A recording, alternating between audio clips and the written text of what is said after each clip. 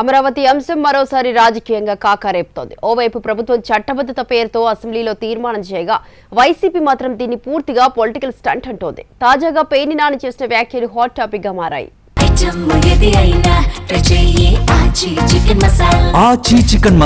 అమరావతికి చట్టబద్ధత కోసం కూటమి ప్రభుత్వం ఏర్పాటు చేసిన ప్రత్యేక అసెంబ్లీ సమావేశం రాజకీయ ప్రకంపనలు సృష్టించింది.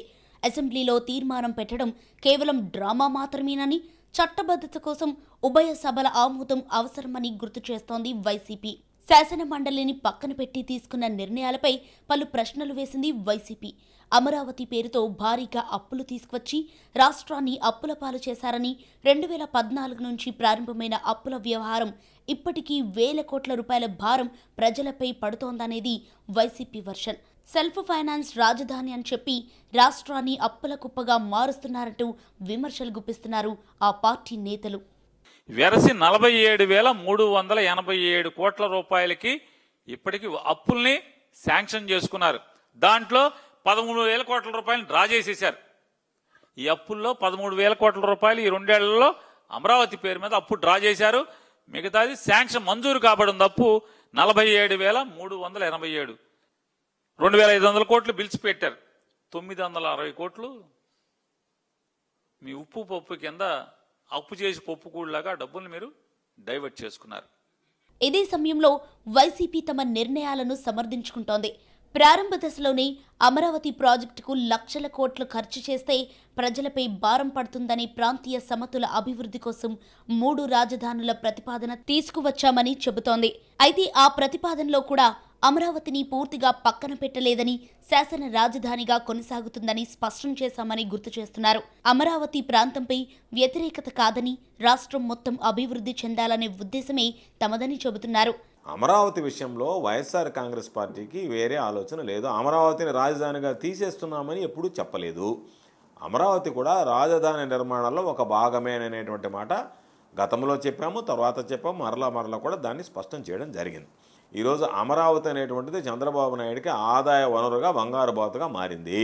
చేస్తున్నాననేటువంటి భ్రమలు కల్పించేటువంటి ప్రయత్నంలో భాగమే ఈరోజు చంద్రబాబు నాయుడు ఏర్పాటు చేసినటువంటి ఈ శాసన సభ యొక్క ఉద్దేశం. శాసనసభని ఆయన ఈరోజు సమావేశపరచడంలో ముఖ్య ఉద్దేశం. మరో విడత రైతుల నుంచి 50,000 ఎకరాలు తీసుకునేందుకు అమరావతికి చట్టబద్ధత అంటూ కొత్త డ్రామాలకు తెరతీశారని ఫైర్ అయ్యారు మాజీ మంత్రి పేర్ని నాని.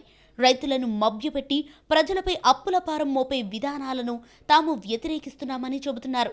ఇప్పటికీ భారీగా ఖర్చు చేసిన తర్వాత అమరావతిని వదిలేయాలని తాము ఎప్పుడూ చెప్పలేదని, కానీ అదే సమయంలో పారదర్శకత లేకుండా కొనసాగుతున్న విధానాలను మాత్రం అంగీకరించబోమని స్పష్టం చేస్తోంది.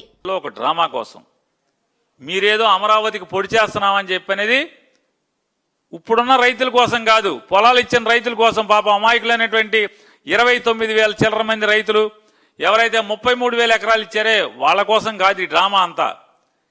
ఎర్రైటం కోసం రాబోయే నెక్స్ట్ మళ్ళీ ఒక 50,000 ఎకరాల పొలాలు కావాలంటున్నారు కదా, ఆ 50,000 ఎకరాల పొలాల కోసమే ఈ నాటకీయం తీర్మానం, ఈ షో చేయడం కోసమే ఈ తీర్మానం అనేది. మొత్తం మీద అమరావతి విషయంలో వైసీపీ లైన్ క్లియర్గా ఉందని, తాము అమరావతి ప్రాంతానికి వ్యతిరేకం కాదని, కానీ అమరావతి పేరుతో జరిగే అవినీతి, అధిక అప్పులకు వ్యతిరేకమని క్లారిటీ ఇస్తోంది వైసీపీ. అమరావతి పేరుతో జరుగుతున్న అవినీతి అక్రమాలపై తమ పోరాటం కొనసాగుతుందని స్పష్టం చేస్తోంది వైసీపీ. దీంతో అమరావతిపై వైసీపీ స్టాండ్ క్లియర్ కట్గానే ఉందని భావిస్తున్నారు విశ్లేషకులు. అమరావతి రైతులకు అందాల్సిన పరిహారాలు, మరో విడత భూసేకరణ, వేల కోట్ల అప్పులు, అవినీతిపై తమ పోరాటం ఖచ్చితంగా కొనసాగించాలని వైసీపీ భావిస్తుందని అంచనా వేస్తున్నారు. మరి అమరావతి విషయంలో వైసీపీ క్లారిటీపై కూటమి రియాక్షన్స్ ఎలా ఉండబోతున్నాయనేది చూడాలి.